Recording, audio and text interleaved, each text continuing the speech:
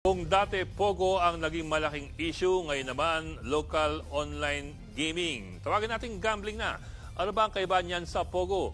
Ang Pogo po ay ang offshore gaming or gambling operations o mga online casino o gambling platform sa Pilipinas na ang kliyente naman ay mga dayuhan lamang na nasa ibang bansa. Yan nga po ipinasara noong Disyembre ng nakaraang taon dahil sa mga patong-patong na problemang dulot nila kasama na po ang paglaganap ng mga sindikato.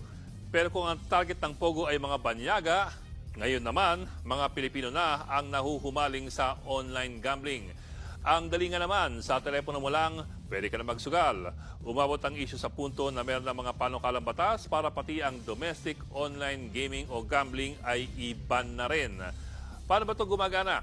Meron pong dalawang klase ng online gambling or gaming na nire-regulate ngayon ng PAGCOR. Ang una ay ang online gaming in the Philippine market.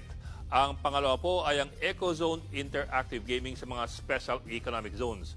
Doon na tayo po mag-zoom in sa mga regulasyon sa online local gaming.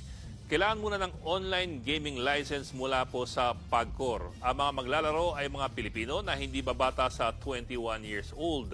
Merong requirement din ng face matching sa cellphone para makumpirma ang identity at sumama sa mga self-exclusion or self-exclusion registry. Ano po yung self-exclusion registry? Ito po, dahil nga nakaka-addict yung pagsusugal, pwedeng ang player mismo ang mag-restrict sa kanyang sariling access sa gambling sa pamamagitan po ng mga software. Kumbaga, self-imposed restrictions. Kung nakaka-addict itong online gambling, bakit siya pinapayagan?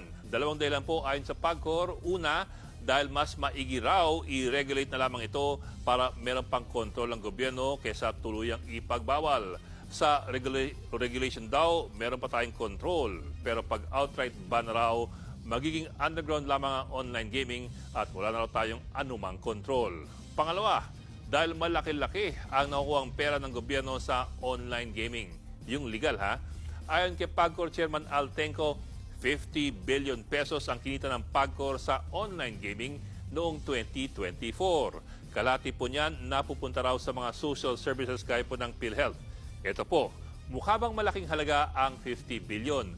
Kung tutuusin, incentivized sector po ang online gaming.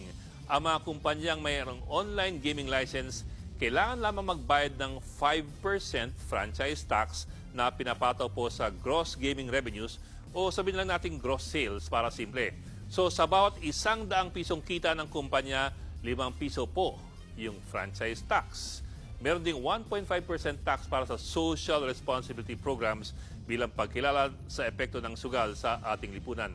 Liban po dyan, wala pong corporate income tax, wala pong value-added tax. Bakit ganon? Dahil ayon po sa batas, merong special tax treatment na binibigay sa PAGCOR at sa mga binibigyan ng PAGCOR ng prangkisa. Kaya po walang duda na malaking pera nga itong online gambling at malaking pera rin ang sinusugal ng ating mga kababayan mula sa kanilang mumunting mga sahod.